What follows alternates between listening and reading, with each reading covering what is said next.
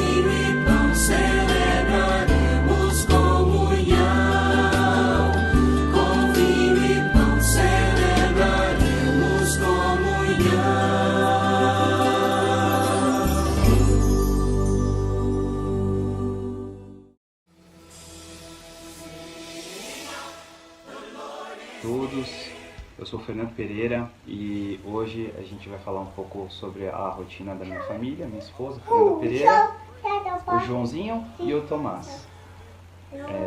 Começando por mim, minha rotina antes ela era ir ao trabalho, então eu saía de casa por volta de 6h30, 7 horas, então eu estava indo de bicicleta, cuidar um pouco da saúde, economizar, né, transporte da casa. A rotina estava um pouco tranquila, estava já acostumada. Depois chegava em casa, recepcionava a Fê, as crianças, e fazia toda aquela rotina de ficar vendo as crianças, preparar jantar, ver a lição do Tomás, essas coisas. Então era uma rotina bem tranquila. Minha rotina antes da pandemia era levantar de manhãzinha, a gente ia para o meu trabalho, né? Eu levava as crianças para ficar na casa dos meus pais e eu ia para o trabalho. Aí minha mãe ficava no cuidado com os meninos. Na hora do almoço, normalmente eu que levava o Tomás para a escola.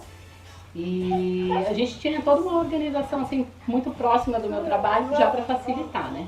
E aí veio a pandemia e mudou tudo, assim. Agora, tudo isso está mais próximo ainda, está tudo dentro de casa.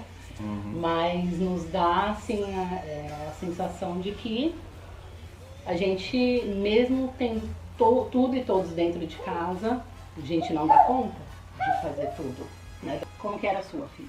A minha rotina era levantar cedo também e com a minha mãe pra minha avó. Aí ela me deixava lá. Aí uns meio-dia eu almoçava e 1 hora eu ia pra minha escola. Aí, depois da minha escola, eu voltava pra minha avó, minha mãe nos pegava, aí ela ia de volta pra casa. Então essa era a nossa rotina antes. Bom, o que mudou na nossa rotina depois da pandemia? Muita coisa. Da minha parte, eu comecei a trabalhar em home office. Eu já fazia home office uma vez por semana, então a questão não foi tão impactante no começo, né? O que foi impactante foi o volume de trabalho, a carga de trabalho em período de pandemia. As empresas ficaram todas malucas, com metas malucas, metas novas, novos planejamentos, novos tubos para nós alcançarmos, e a gente teve um pico de estresse bem alto, e ainda a gente está nesse pico de estresse bem alto. Não está sendo fácil. Durante o trabalho temos reuniões, temos ligações, e isso se mistura com o nosso dia a dia, então a gente tem que desenvolver novas habilidades de equilibrar tudo isso, né? E então tem sido um desafio bem grande. É verdade. A minha empresa também disponibilizou home office. Algumas pessoas, a maioria na verdade já voltou a trabalhar presencial, mas eu, por ser grupo de risco, mantive ainda o trabalho no home office. É estressante, é muito difícil cuidar de uma equipe à distância, a gente se sente impotente em muitas situações. E tem a questão de estarmos em casa e termos reuniões e os cuidados com os meninos. Às vezes no meio de uma reunião, às vezes está eu e o Fernando em reunião nas nossas empresas. O João tá naquela fase de birra agora, então agora ele chora, ele grita, e aí a gente se desdobra para tentar acalmar. A gente recorre muito, infelizmente, a vídeos do YouTube que ele gosta, então é o que acalma um pouco ele. Então é uma presença física nossa, mas aquela atenção que a gente gostaria de dar mesmo, a gente muitas vezes não consegue por causa do trabalho. Não é que o trabalho venha em primeiro lugar, mas é o nosso ganha-pão. Então a gente tenta priorizar isso em alguns momentos, né? E ajuda bastante também eu tomar as lições, que também demanda muita atenção nossa. Muita lição. É muita lição. Teve dias a gente ficar até meia-noite, 1 hora da manhã fazendo lição com ele. Enfim, a gente tenta estabelecer uma rotina, mas a gente muitas vezes não consegue seguir os horários todos certinhos. Mas é uma tentativa, né? A gente tá se curtindo mais, assim. Sim. A gente tá vendo realmente como é um ao outro.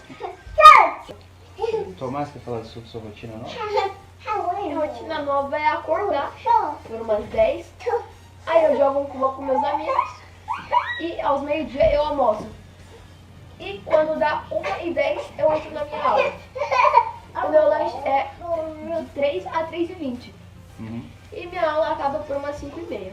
Depois que a minha aula acaba, eu como um pouquinho, como um lanchinho da tarde.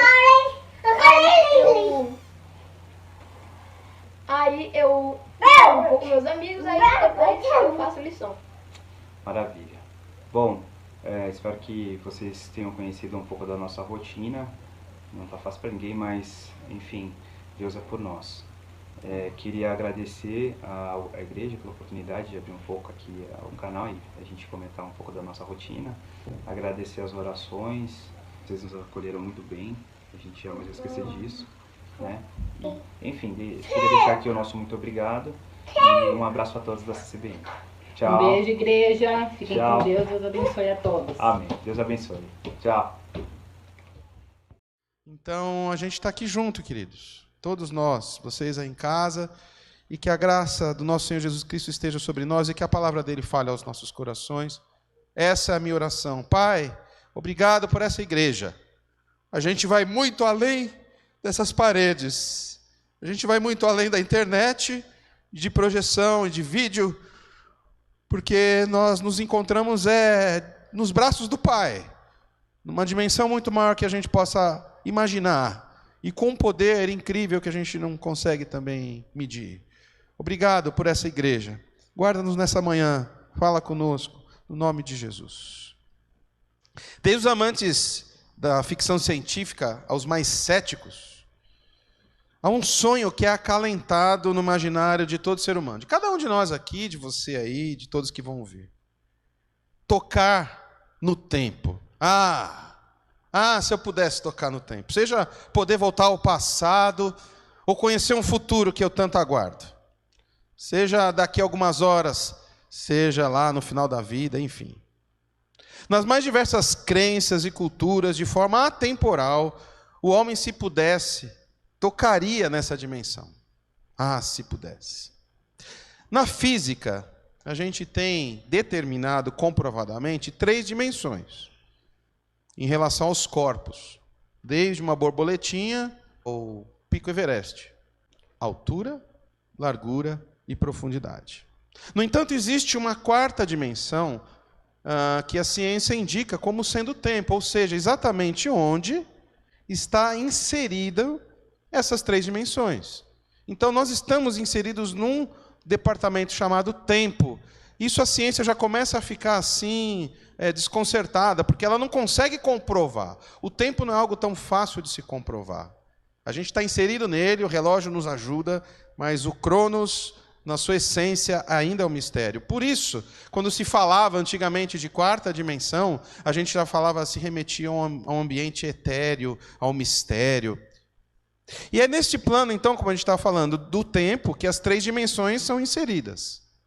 A física ainda vai demonstrar que, além do que se pode identificar ou mensurar como corpo, através da profundidade, largura, altura, como eu disse aqui, seja da borboleta, ou seja de uma nação, seja do Brasil, por exemplo, há pontos vetoriais, acima ou abaixo desses corpos, no plano espacial. E eles dizem, inclusive, que essa seria uma 5ª dimensão, para complicar ainda mais a história, mas deixa isso para lá. A questão para nós hoje aqui é o desejo humano inerente de tocar no tempo. Eu não sei se vocês sabem, mas nós temos aqui um especialista em máquina do tempo na igreja. Eu não sabia. Alguém que estuda isso com afinco há milhares de anos, porque, quem sabe, pode até ter feito uma dessas viagens, estou brincando. Mas o nosso querido professor Evandro, ele em 2 minutos falou algo muito, mas muito bacana, que eu quase falei assim, eu não vou pregar mais, deixa o Evandro falar. Evandro, é contigo.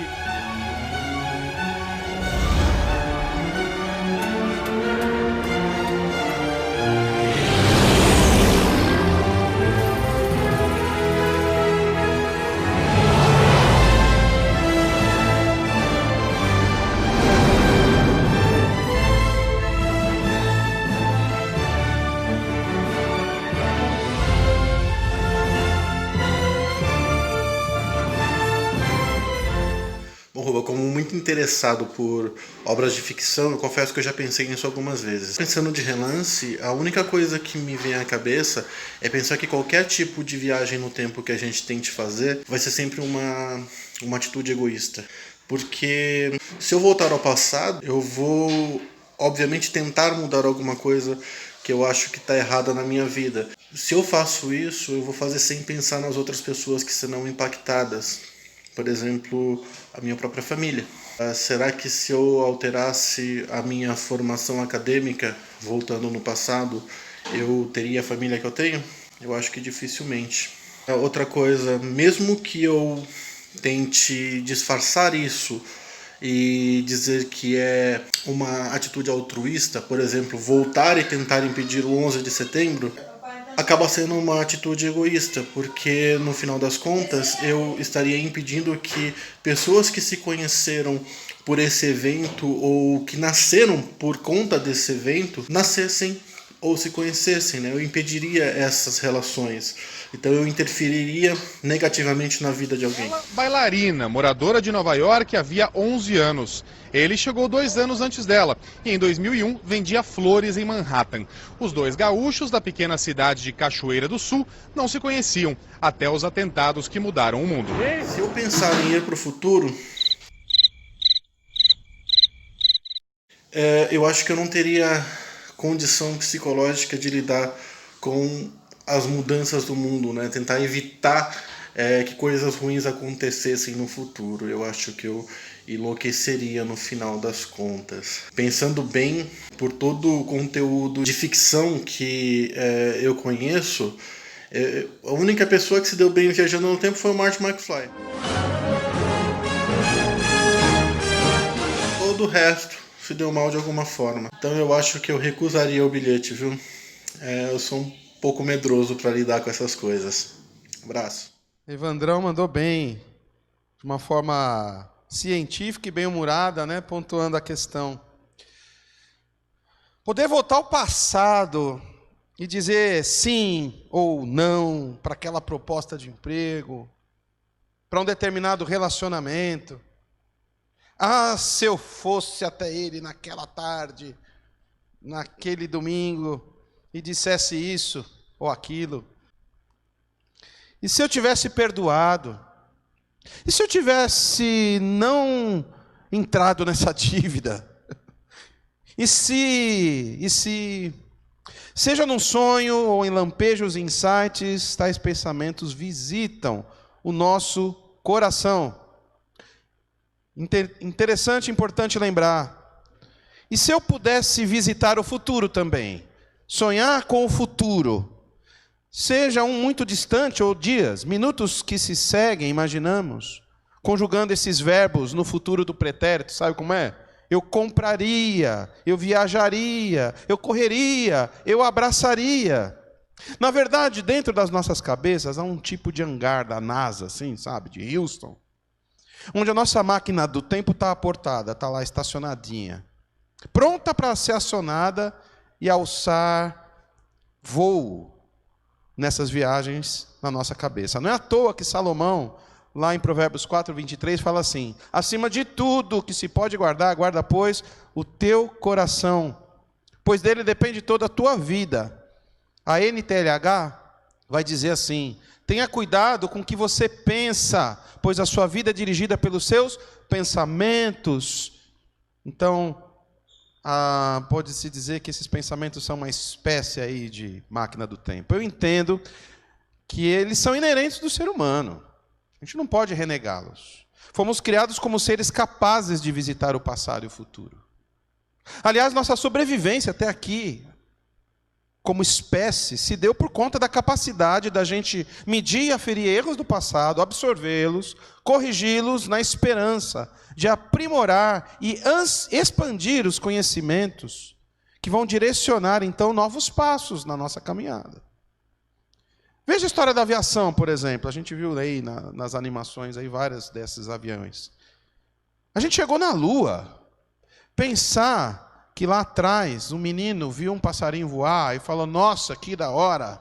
E aí inventou uma pipa. E a pipa virou uma super pipa. E virou isso, e virou aquilo. E de repente, a gente tem um avião. E de repente a gente tem um satélite. E a gente está conseguindo malemar aqui se encontrar com centenas de pessoas. Com gente na Espanha, na Holanda, na China, no Canadá, em Mauá, através do satélite. Porque um dia um menino pensou. A gente aprende com os erros. Olhar para o passado é importante. Portanto, o que a palavra aqui nos diz é: tome cuidado, guarde, fique atento com o que você está pensando. Entendeu? Esse é o conselho. Porém, tem um problema. Que quando a gente faz esse exercício numa espécie de obsessão, seja visitar o passado ou o futuro, a gente vive preso ao passado ou sob a expectativa do futuro, do que ainda não aconteceu. E essa prisão traz consequências muito ruins, muito tristes. N doenças psicossomáticas, N problemas emocionais. Quero falar aqui de Paulo apóstolo.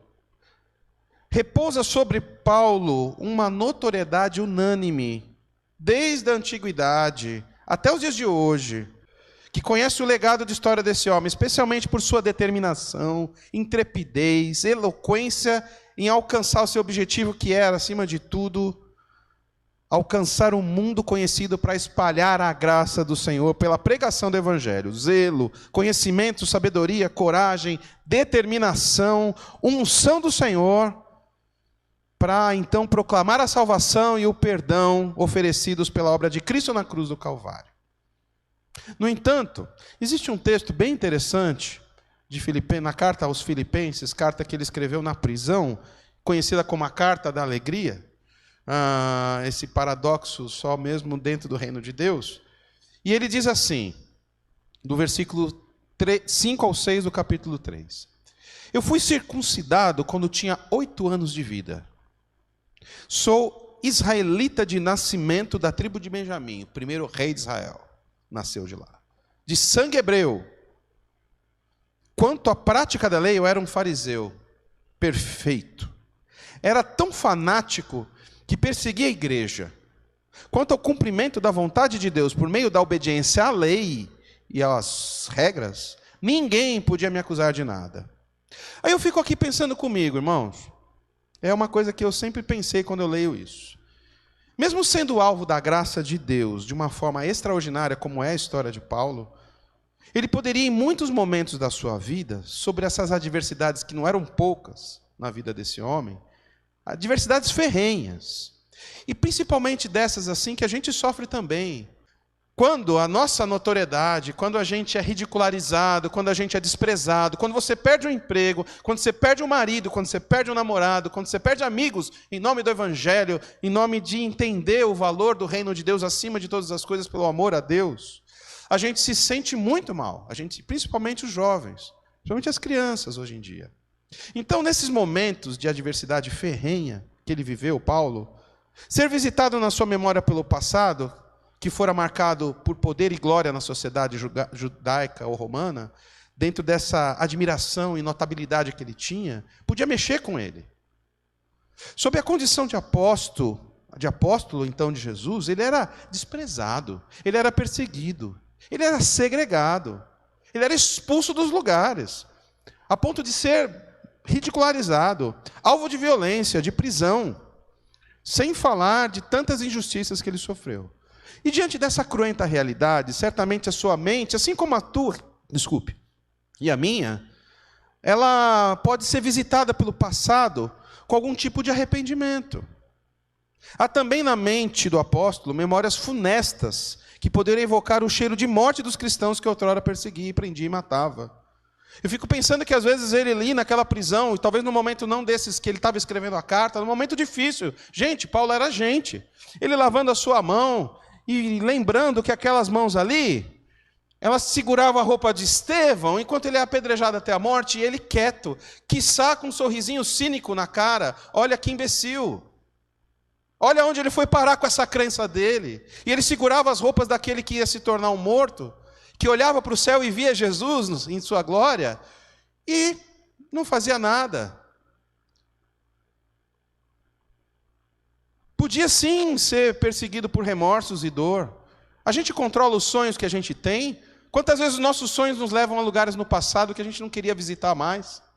Isso quer dizer muita coisa, está aqui a psicóloga para me dizer. Poderia olhar para suas mãos encarceradas e lembrar de quantas pessoas ele bateu, de quantas pessoas ele levou cativa. Sua máquina do tempo, chamada memória, podia levá-lo a lugares remotos onde a culpa, o arrependimento poderiam lhe aprisionar, mais do que aquelas grades ali. Então, para conter essa máquina do tempo que fica querendo alçar voo o tempo todo dentro dele e dentro de cada um de nós, e que nos leva para esses lugares e nos aprisiona, o que certamente adoeceria Paulo, tiraria ele do foco, e cada um de nós, ele dizia também: no passado, todas essas coisas valiam muito para mim. Está entendendo? Ele mesmo está dizendo o quanto era importante ser o Paulo que ele era, o quanto isso fazia bem para o ego dele, o cara. Mas agora, por causa de Cristo, eu considero que não tem nenhum valor. E não somente essas coisas, mas considero tudo como uma perda completa comparada com aquilo que tem muito mais valor. Isto é, conhecer completamente Jesus Cristo, meu Senhor. Eu joguei tudo fora como se fosse lixo, a fim de poder ganhar a Cristo e estar unido com Ele. Eu já não procuro mais ser aceito pela sociedade, pelo que eu tenho, pelo que eu visto, pelo que eu falo, pois agora é por meio da minha fé em Cristo que eu sou aceito. Essa aceitação vem de Deus e se baseia na fé. Tudo o que eu quero é conhecer a Cristo e sentir em mim o poder da sua ressurreição, ou seja, o poder da verdadeira vida que ultrapassa os limites dessa vida aqui. numa dimensão muito maior que a quinta dimensão. Quero também tomar parte dos meus sofrimentos. Quero também tomar parte nos seus sofrimentos e me tornar como ele na sua morte, com a esperança que eu mesmo seja ressuscitado na morte para a vida. Está aí a nossa maior voo e concreto, não de uma ficção científica. E qual é o mecanismo, o exercício, então, que Paulo praticava para alcançar essa estabilidade emocional e espiritual? Eu lembro do Dudu aqui, nesse ambiente, não sei se ele está nos ouvindo agora, mas eu lembro do Dudu falando desse texto de Filipenses e dizendo uma coisa bem importante, e eu vou citar aqui na sequência. Porém, uma coisa eu faço, eu esqueço aquilo que fica para trás e avanço para o que está à minha frente. Corro direto para a linha da chegada, a fim de conseguir o prêmio da vitória. E esse prêmio é a nova vida para a qual Deus me chamou por meio de Jesus Cristo. Filipenses 3, 13 e 14. O Dudu aqui dizia uma coisa bem importante, e eu vou agora mencionar. Não se deter ao que ficou para trás. Não se deter. Paulo fazia esse exercício. E olha que a memória dele e essa máquina do tempo na cabeça de Paulo era 5.0. Então é um exercício que eu aconselho para você, que aconselho para mim, que a palavra de Deus nos orienta. Não se detenha no passado. Que o passado seja uma referência de boas ou más referências. Isso é uma coisa muito interessante, porque a gente se apega às boas memórias, fica nelas e acha que está tudo bem cada vez que eu as visito, porque elas evocam de dentro de nós boas sensações. Quando eu sentava nos domingos à tarde, depois de comer o macarrão com frango, e para comer o pudim da minha avó, e eu brincava no quintal com os meus primos, e hoje eu não posso cruzar com meu primo na esquina porque ele está me devendo R$5.000. Ai, que época boa. E você fica preso lá no pudim do passado. Então a gente tem uma tendência de peneirar o que é bom e tirar o que é ruim. Está aqui minha amiga e vários outros amigos que vão dizer que as memórias ruins elas podem se tornar boas quando eu deixo que elas sejam de fato parte da minha história. Eu vou aqui trabalhar um pouco mais com isso. Que o passado então seja uma referência de boas ou más memórias. Sim. Ele foi escrito, documentado e já ficou para trás. O pastor Edson costuma dizer, quem está aqui? Rubinho, 47 anos. O que eu sou? Eu sou o que eu sou. Eu sou isso aqui. Tem um monte de história aqui. Né? Um monte. Desde colocar a mão no piano a colocar em lugares errados. Desde abrir a Bíblia para ler e abrir outras coisas ruins para ver. Sim, essa é a minha história. Eu sou o que sou. Eu tenho que assumir a minha história. Eu tenho tudo isso aí dentro de mim. Não adianta eu ficar me lamuriando pelo que ficou de ruim ou até o que ficou de bom. Se lamuriar pelo que ficar de bom é engraçado, mas é verdade. Sim, podemos trazer à memória o que nos traz esperança, como diz Jeremias, e em muitos momentos a gente precisa evocar isso mesmo. Está certo. Mas os nossos pés estão aqui. Quem viajou para lá foi a máquina do tempo, os pensamentos, e a gente reviveu bons momentos para dar força para o que está aqui agora, hoje. O único tempo que realmente existe, isso já é um conceito mais antigo do que andar para trás, é que só existe o hoje. O passado já foi.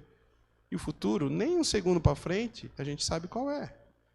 Então, esquecendo, é esse exercício de deixar para trás. E isso não é fácil, por isso que eu acho que ele usa a expressão do atleta, porque não adianta só deixar para trás e deixar um monte de penduricalho. Não, você tem que correr, negão. Tem que correr. Tem que se exercitar. Não é fácil deixar as coisas para trás. Seja o que é bom, seja o que é ruim. Paulo faz uma alusão, então, à corrida. Pensando numa competição, a gente sabe que Paulo tem essa tendência. Algo que a gente já observa em vários momentos, né, nas falas do apóstolo. Os jogos já aconteciam nessa época. Os Jogos Olímpicos. Os primeiros. Parece ser um assunto recorrente nas metáforas de Paulo, não é? Provavelmente assunto e tema que lhe eram pertinentes. Eu acho que ele curtia, além de ser oportuno para suas falas.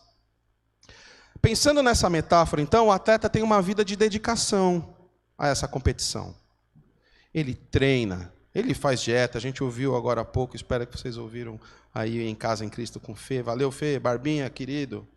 Treino, dieta, preparo físico, emocional, palestra, silêncio.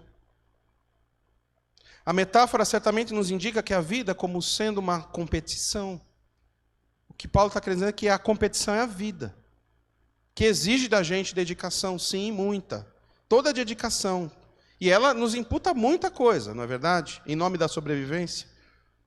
Correr é o nosso codinome. Hoje acho que é o que eu mais falo, seja no WhatsApp, quando você me liga. Como é que você está, Rubão? Eu falo, estou correndo. Uma correria só, mas estou bem. Mas eu sempre falo isso primeiro. No corre. A pergunta que não quer calar aqui é a seguinte: correndo para onde?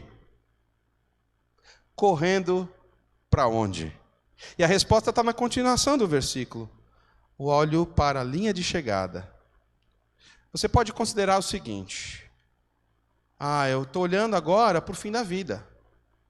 Esse, aliás, é o destino constante da minha máquina do tempo, estou falando do Rubens. Como serão meus últimos dias? Será que eu vou ter uma aposentadoria, como dizemos, decente? Eu acho que eu sei a resposta, mas tudo bem. Será que é pensando nisso que eu estou correndo? Ou eu olho para o futuro dos meus filhos. Será que eu vou conseguir pagar a faculdade para esses meninos? Se esses caras não entrarem na faculdade do Estado, o que eu faço? Será que vai fazer a profissão que eu desejo para eles? A gente tem uma tendência de se preocupar tanto com isso, que seu filho tem 3 anos de idade, que nem se você for como eu, tiver um negócio próprio, você vai lá e pinta as paredes do seu negócio, pensando na cor que seu filho mais gosta. Aqui isso aqui vai ficar para o meu filho. Você faz todos os planos, né? Isso aqui eu vou deixar para o meu filho e tal, papapá. Se o cara, às vezes, está longe de querer ser dentista, rapaz, e você pintou tudo de azul, sendo que você gosta de vermelho, a história vermelha ia ser horrível, né? Qual que é a linha de chegada?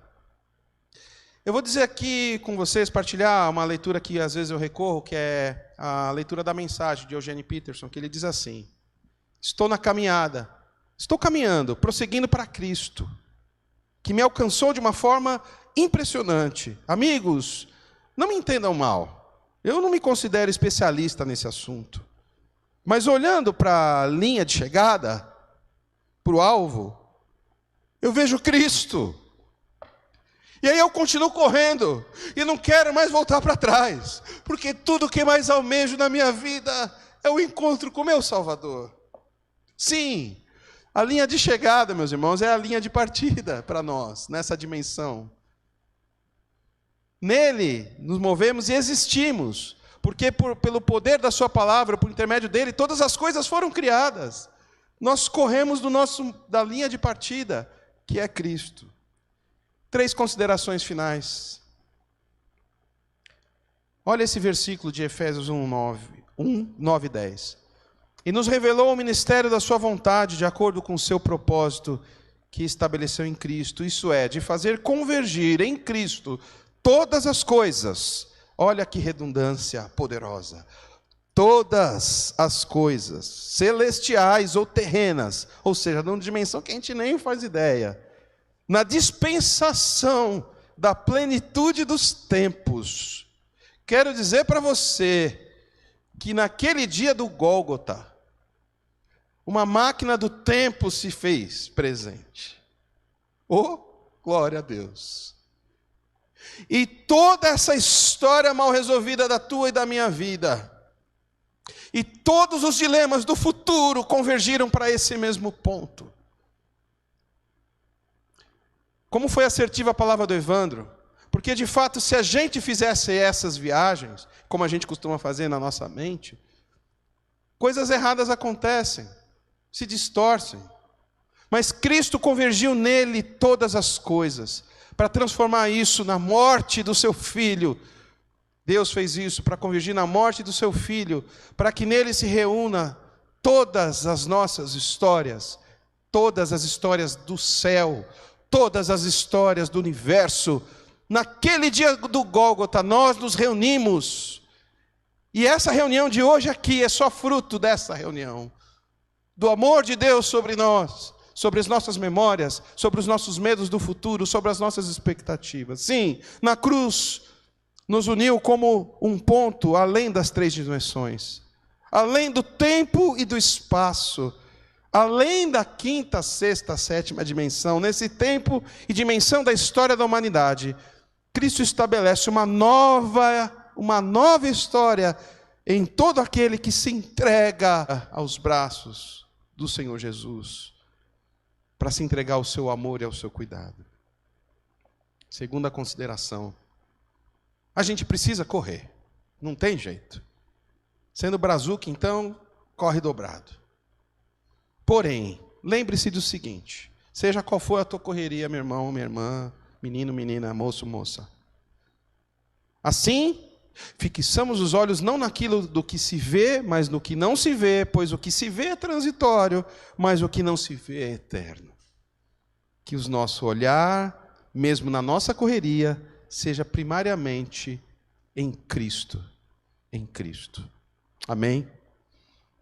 E para terminar, eu vou dizer para você que esse sermão nasceu muito mais do que a ideia da questão de trabalhar com essa ideia de uma máquina do tempo, mas acima de tudo por conta desse momento doido que a gente está vivendo aqui. E se eu demorasse tanto tempo para... e se eu não demorasse tanto tempo para chegar em casa do trabalho? E se eu trabalhasse em casa? E se eu fizesse um home office? Quantos já não pensaram nisso? E se eu tivesse que procurar um novo emprego, tivesse que me reinventar porque a minha empresa fechou? Se eu tivesse que fazer um outro negócio?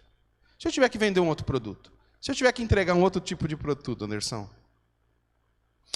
E se eu perdesse alguém perto de mim? Se eu perdesse minha mãe agora? Tem tantas histórias maravilhosas que a gente tem vivido, mas tem tantas histórias tristes. Eu enterrei uma prima e lembro de muitas histórias muito tristes. Thaís tem uma história de uma amiga do trabalho que tem na mãe uma relação intrínseca por conta de estar na área da saúde, assim como minha esposa e eu. Ela foi contaminada, ela voltou para casa, contaminou a mamãe. Ela ficou ruim, pior, antes da mamãe. Foi para o hospital. Ficou na UTI, totalmente sem ninguém visitar. A mamãe foi para o hospital. Em 3, 4 dias faleceu. Ela na UTI ainda. Ela sai, tem alta. Ela volta para casa, a mãe dela não está. E se eu perdesse alguém muito próximo de mim? Diante dessas e muitas outras circunstâncias, nossa realidade nos lançou num presente do indicativo, não é? Que reclama e grita por soluções. Como é que eu faço isso? O que eu vou fazer agora? Como que eu vou fazer uma escola funcionando dentro da minha casa? Como que eu vou ensinar fração para o meu filho se nem eu sei? Como é lidar com essa impaciência? Como é lidar com meu marido 24 horas dentro de casa agora? Como é lidar com a minha esposa 24 horas dentro de casa agora? Como é lidar com as crianças que não têm para onde correr e brincar? Como lidar com tamanhas perdas? Eu quero dizer uma coisa. Hoje é o tempo. Essa experiência que a gente tem vivido nos colocou numa máquina do tempo e muitos cis se tornaram realidade para que a gente exercesse então hoje, o que mais importante é importante a gente fazer. Entender que a gente não tem capacidade para resolver nenhum desses dilemas que tanto cis a gente faz e entregar isso nas mãos de Deus. E como? Porque hoje, apenas hoje, é tempo de buscar a Deus e sua face.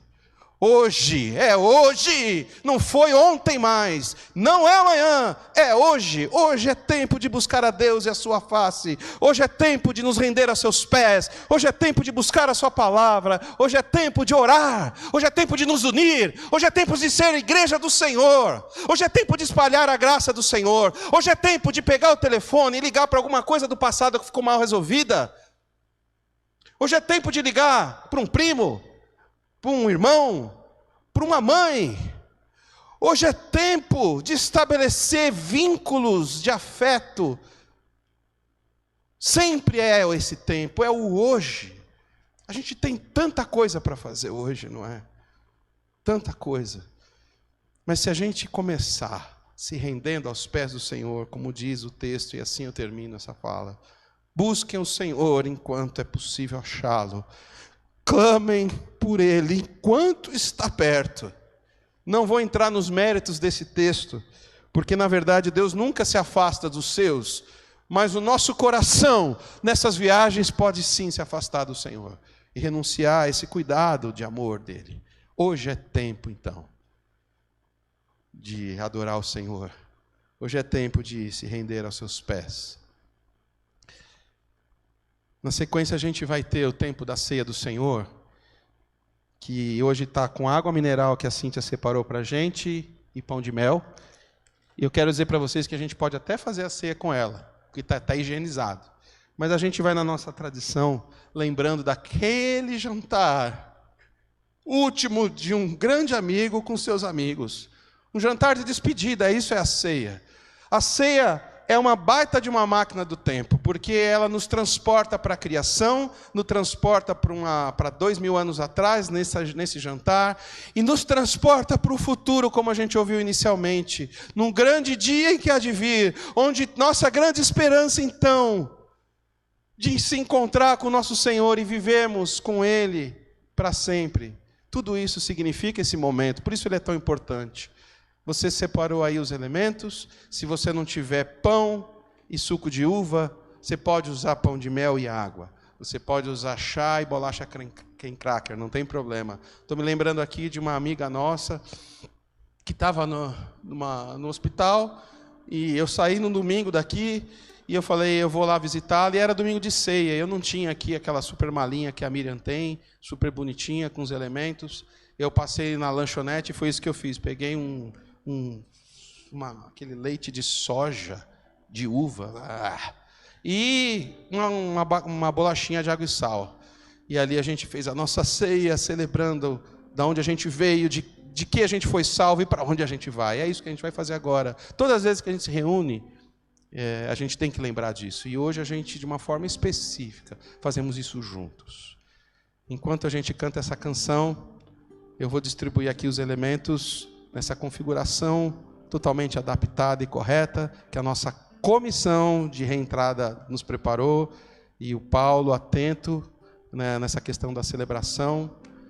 Eu falei aqui os nomes de algumas pessoas, mas eu quero falar mais uma vez o nome do Paulo, que tem corrido incessantemente para que as coisas aconteçam aqui, aguentando todos os entraves, aguentando o pastor que vos fala, e sendo fiel aí no seu serviço do que Deus tem lhe imputado. Obrigado, Paulinho. Tá bom? Vamos então aí se preparar para esse momento, vocês todos. Ó, Lelê aí! Ó, Lelê!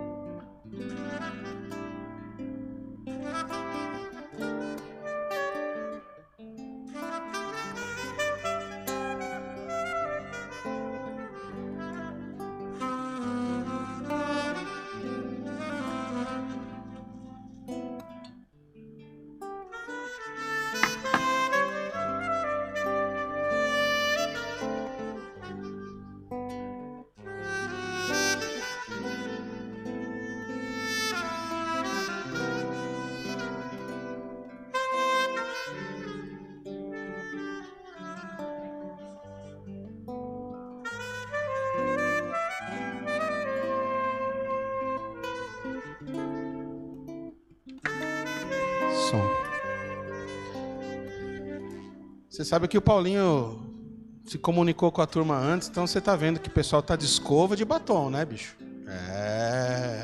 Como eu vou entrar numa reunião do Zoom assim do nada? Olha o Léo aí. Fala aí, Léo. Fala, Dani. Dá uma rodada na turma aí, pessoal. Vamos ver lá. A Anice, ó. Olha a mesa do bar da Anice. Miriam. Dona Cecília, estamos orando por você, viu? Estamos juntos, minha irmã. Meus queridos, a Marina fez escova ontem, olha o cabelo dela. Olha o coco do macaco saruê também, olha lá. Quem mais? Quem mais? A Dani. Oh, seu filho, que bacana. Quem mais? Que bom. Quem mais está por aí? Oh, Cleidinha, minha amiga, minha irmã, minha parceira, que saudade sua. Olha a Cleidinha aí. Olha a Cleidinha aí, gente. Ó, daqui a pouco ela fala um tchau. Cadê a Cleide? Mo! Aí, ô! Fala, Gu! Legal, é isso aí, é nosso povo, tem mais gente aí. Thalita lá em cima. Tá lá diretamente a Marta, querida. A Marta. Viajadora aí também da Máquina do Tempo, junto com o Evandro. Tem lá a Karen, o Roberto da Longínqua, Curitiba. Litsa e Rildão. Uhul! Ei, maravilha, povo de Deus. Que bacana. A Lu pegou, a Lu foi esperta. Dá pra mostrar o ícone da Lu ou não? Eu particularmente acho, não dá, né? Eu acho que não vale. Vou pegar a melhor foto, botar no Photoshop e deixar lá assim. Não vale. Olha lá o Fezinho, Barbinha, os meninos, a Fê. Ah, Jô, querida, Marcelinha. Ei, que maravilha. Que coisa mais boa. Louvado seja Deus. Bom, meus irmãos, olha lá, tá lá o Alexão com os meninos. Ei, beleza. Que maravilha, de pijaminha. Fala, Tuzinho! Fala, Tuzinho! É isso, pessoal. A ceia do Senhor é um momento de alegria, simplesmente, porque a maior marca de todas e a maior e a melhor coisa que podia nos acontecer, aconteceu.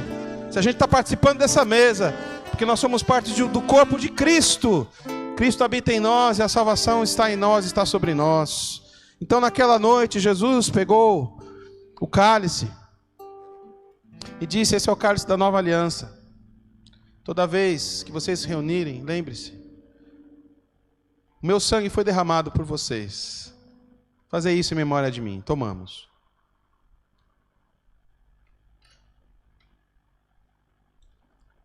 Da mesma sorte, ele pegou o pão e disse: esse é meu corpo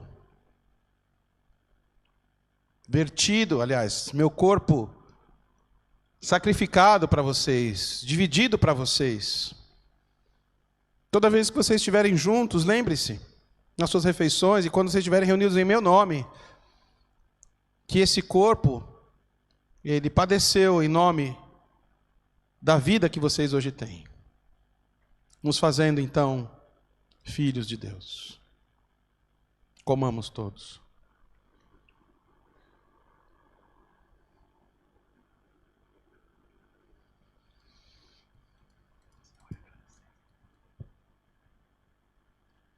Senhor meu Deus, muito obrigado, Pai, porque nós conseguimos desfrutar deste momento, onde nós celebramos, nós lembramos do momento talvez, com certeza, mais especial que houve nessa terra, o momento da vinda do Teu Filho, um momento em que cada um de nós passamos a ter a possibilidade de sermos salvos pela Tua graça, Pai, onde nós fomos alcançados pela Tua graça, pela vinda de Jesus. Ó meu Deus, muito obrigado, não só pela vinda, pela morte, mas pela ressurreição e pela certeza que o Senhor está conosco neste momento, Pai. Muito obrigado por cada irmão que acompanhou a gente até aqui. Muito obrigado por cada pessoa que esteve aqui conosco, compartilhando, repartindo este momento, ouvindo a sua voz. Muito obrigado, Pai. Muito obrigado pelos elementos que foram aqui distribuídos, pelo cuidado, pela vida de cada pessoa que viabilizou a gente estar aqui compartilhando este momento tão reconfortante, Pai. Muito obrigado, Senhor. Esteja conosco, continue conosco, falando nos nossos corações, em nome de Jesus. Amém. Quero agradecer, então, mais uma vez, a técnica hoje, que não foi nada fácil. Se o pessoal não passou desodorante hoje, né? Cabeça coçando e correndo atrás. Mas que o nome de Jesus seja exaltado, viu? O mais importante são vocês. O mais importante é a gente para Ele, né? Nós somos o corpo de Cristo. Dona Carmen está bonita, olha só, sempre, né? Elegante. Oi? Pois é. Olha lá. Ei, Dona Carmen, querida, beijo. Meus irmãos, a gente está indo então para o final. O culto se estendeu um pouco mais. Domingo de ceia é sempre assim mesmo. A gente vai cantar uma última canção. Deixo a palavra com os meninos. E é isso aí. Deus nos abençoe. Boa semana a todos.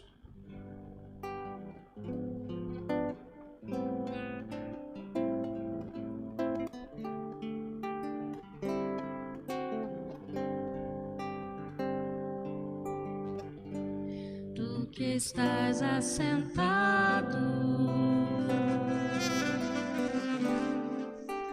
no trono, sempre reinando, soberano.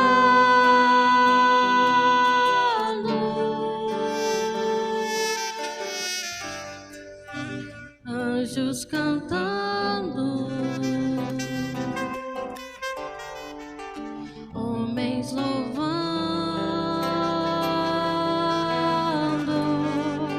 Deus reunido com seu povo, Alfa, Ômega, Cristo.